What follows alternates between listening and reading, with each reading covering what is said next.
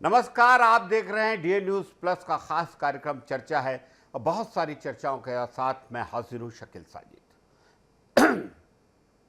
कभी जेब में सिर्फ 18 रुपये, भूखे पेट सोना और लगातार तानों का सामना करना, लेकिन आज ये शख्स बॉलीवुड का हम सब का चमकता सितारा है। जी हाँ, अभिनेता राजकुमार राव।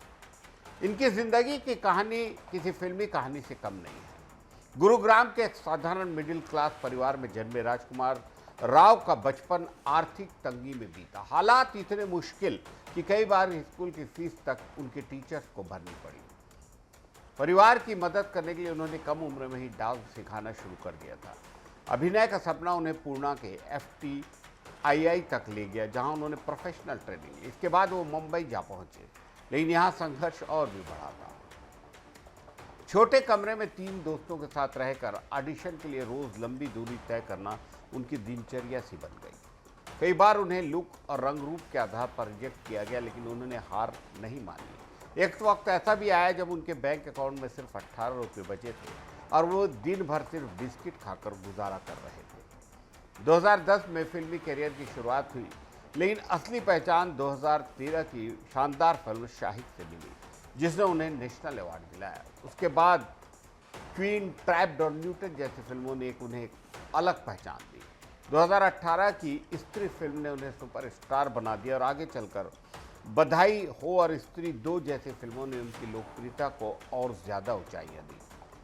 आज राजकुमार राव का सफर हर उस नौजवान के लिए प्रेरणा है जो सपनों को, ख्वाबों को पूरा करने के लिए संघर्ष कर रहा है।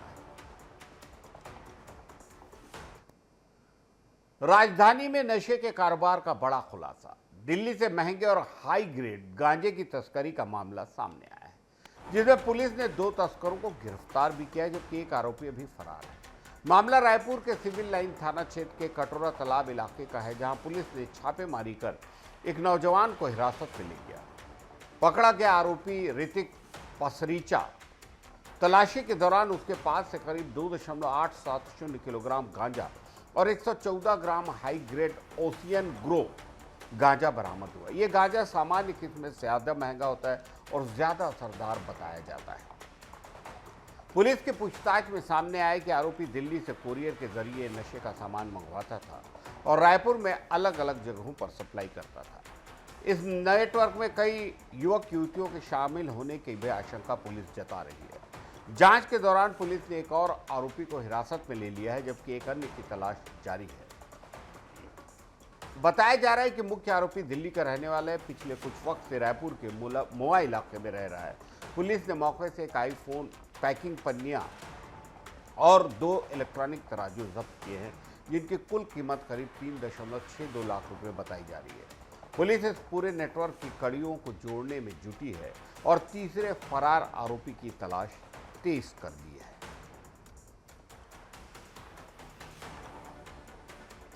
राजधानी रायपुर से एक और चौंकाने वाली खबर। थाने में ड्यूटी कर रही एक महिला पुलिस को एक कॉल आया, मोबाइल कॉल, और महज कुछ ही मिनटों बाद, थोड़ी देर बाद घर में उनकी संदिग्ध हालत में मौत हो गई। इस घटना से पुलिस महकमे में हड़कंप मच गया। मामला रायपुर के सिविल लाइन क्षेत्र का, जहां आजाद चौक थाने में पदस्थ महिला सिपाही पूजा कुशवाहा 30 साल की लाश उनके क्वार्टर में फंदे पर लटकी मिली। बताया जा रहा है कि घटना के वक्त महिला सिपाही थाने में ड्यूटी पर थी। शाम 7 बजे करीब उन्हें कॉल आया, जिसके बाद वह तुरंत अपने घर चली गई, लेकिन इसके बाद वो वापस थाने नहीं आई। करीब आधे घंटे बाद उनके पति ने सूचना दी कि उन्होंने फांसी लगा ली है। खबर मिलते ही थाने का स्टाफ मौके पर पहुंचा, जहां महिला सिपाही अपने कमरे में मृत पाई गई। प्रारंभिक जानकारी के मुताबिक मृतका का अपने पति से कुछ वक्त से विवाद चल रहा था और दोनों अलग रह रहे थे। हालांकि मौके से कोई सुसाइड नोट नहीं मिला है। कुछ सूत्र बता रहे हैं कि घटना के दौरान वीडियो भी बनाया गया है, लेकिन पुलिस ने अभी तक इसकी पुष्टि नहीं की है। पुलिस ने शव को पोस्टमार्टम के लिए भेज दिया और मर्ग कायम कर मामले की जांच शुरू कर दी है। फिलहाल इस घटना की असली वजह जांच के बाद ही सामने आएगी, लेकिन प्रेम विवाह वाले इस मामले में महिला सिपाही, जिनके पति भी पुलिस में हैं, उनकी मौत पर कई सवाल जरूर खड़े कर दिया है।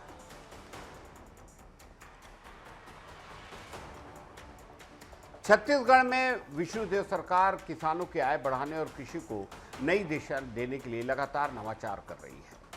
अब राज्य की धार्मिक नगरियों को, जी हां, फ्लोरिकल्चर हब के रूप में विकसित करने की बड़ी योजना सामने आई है। विष्णुदेव सरकार की योजना के तहत जो हमारे धार्मिक नगरी हैं, डोंगरगढ़, रतनपुर और दंतेवाड़ा जैसे प्रमुख धार्मिक स्थलों को फूलों की खेती यानी फ्लोरिकल्चर के केंद्र के रूप में विकसित किया जाना है। इस पहल का मकसद वहां के किसानों की आमदनी बढ़ाना और कृषि को पारंपरिक फसलों से आगे बढ़ाकर नई संभावना से जोड़ना भी है। राज्य में पहले से ही कृषक उन्नति योजना के तहत धान उत्पादक किसानों को समर्थन मूल्य के साथ बेहतर भुगतान किया जा रहा है। साथ ही दलहन, तिलहन और गन्ना फसलों को भी वो बढ़ावा दे, इस बात पर जोर दिया जा रहा है। बीज उत्पादन को बढ़ावा देने और राज्य को आत्मनिर्भर बनाने के लिए अनुसूचित जाति, जनजाति और महिला किसानों को 100% अनुदान देने का प्रावधान भी किया गया है। प्राकृतिक खेती को बढ़ावा देने के लिए national mission on natural farming के तहत 23,000 हेक्टेयर से ज़्यादा क्षेत्र का टारगेट लक्ष्य तय किया गया है। वहीं प्रधानमंत्री कृषि सिंचाई योजना के तहत जल ग्रहण विकास परियोजनाओं के जरिए 2026-27 तक 27 जिलों में 2.5 लाख हेक्टेयर भूमि को विकसित करने का लक्ष्य रखा गया है। सरकार का दावा है कि इन योजनाओं से न सिर्फ किसानों की आय बढ़ेगी, बल्कि छत्तीसगढ़ खेती के क्षेत्र में एक नई पहचान भी बनाएगा, फ्लोरिकल्चर के क्षेत्र में भी एक नई पहचान बनाएगा। छत्तीसगढ़ से एक बहुत बड़ी खबर आ रही है। रेरा अध्यक्ष संजय शुक्ला के खिलाफ शिकायत पर अब प्रधानमंत्री कार्यालय ने जांच के आदेश दे दिए हैं। मामला गंभीर आरोपों और बड़े स्तर की संपत्तियों से जुड़ा बताया जा रहा है। संपदा विनियामक प्राधिकरण यानी रेरा के अध्यक्ष संजय शुक्ला के खिलाफ प्रधानमंत्री कार्यालय यानी पीएमओ ने जांच का आदेश दिया है और ये कार्रवाई भाजपा नेता नरेश चंद्र गुप्ता की शिकायत के बाद की गई है।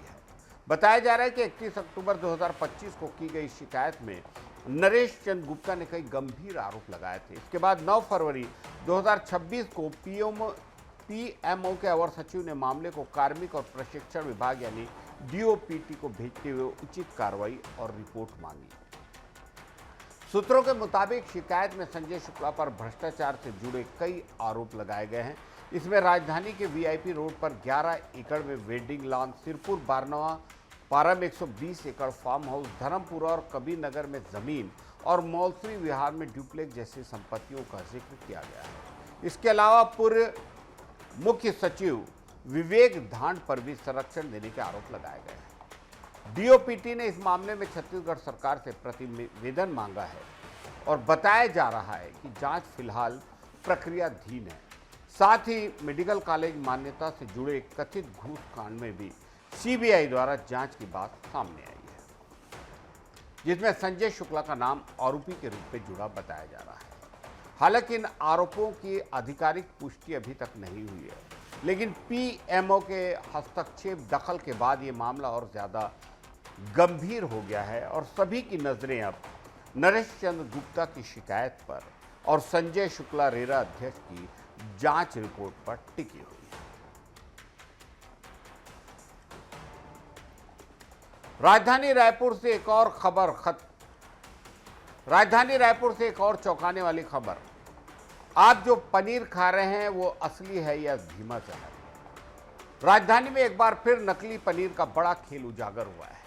रायपुर के भाटागांव इलाके में खाद्य एवं औषधि प्रशासन की टीम ने छापेमारी कर करीब 1200 किलो नकली पनीर जब्त किया है।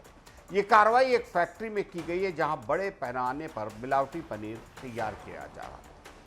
फैक्ट्री से पाम ऑयल, दूध पाउडर, एसिटिक एसिड और अन्य केमिकल्स बरामद हैं, जिनसे ये नकली पनीर बनाया जा रहा था।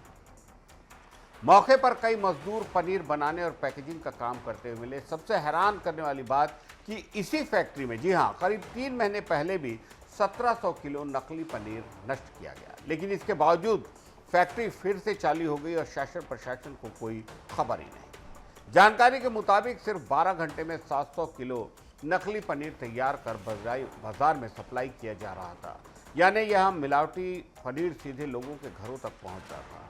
विशेषज्ञ एक्सपर्ट्स के अनुसार इस तरह का नकली पनीर बेहद खतरनाक है। शॉर्ट टर्म में अपच और दस्त मिड टर्म में हार्ट डिजीज और कोलेस्ट्रॉल और लंबे वक्त में लीवर सिरोसिस और कैंसर का खतरा होता है इस नकली पनीर को खाने से, इसके सेवन से। यहाँ तक कि जहाँ सामान्य लीवर सिरोसिस बनने में 25 से 30 साल लगाते हैं, वैसे वही ऐसे नकली पनीर से 4 साल में लीवर सिरोसिस जैसी ये गंभीर बीमारी हो सकती है।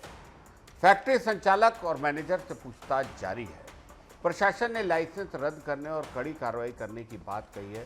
साथ ही इस बात की भी जांच की जा रही है कि आखिर पहले कार्रवाई के बाद फैक्ट्री कैसे चलेगी। किसी पाराशर की ये फैक्ट्री बताई जा रही है। सवाल बड़ा है कि सिस्टम की नाकामी या मिलीभगत है, और सबसे ज़्यादा ज़रूरी, क्या आपके घर तक भी पहुंच रहा है ये नकली पनीर, ये धीमा जहर? क्योंकि बहुत सारे होटलों में, बहुत सारे रेस्टोरेंटों में, बहुत सारे भोजनालयों में ये पनीर सप्लाई हो रहा है, नकली पनीर। और ये हम सब लोगों के, न सिर्फ राजधानी बल्कि पूरे के पूरे छत्तीसगढ़ में हम सब लोगों के लिए बहुत खतरनाक बीमारी का अंदेशा लेकर आ रहा है ये नकली पनीर। आज के लिए चर्चा है में सिर्फ इतना ही। इजाजत दीजिए शकील साजिद को। नमस्कार।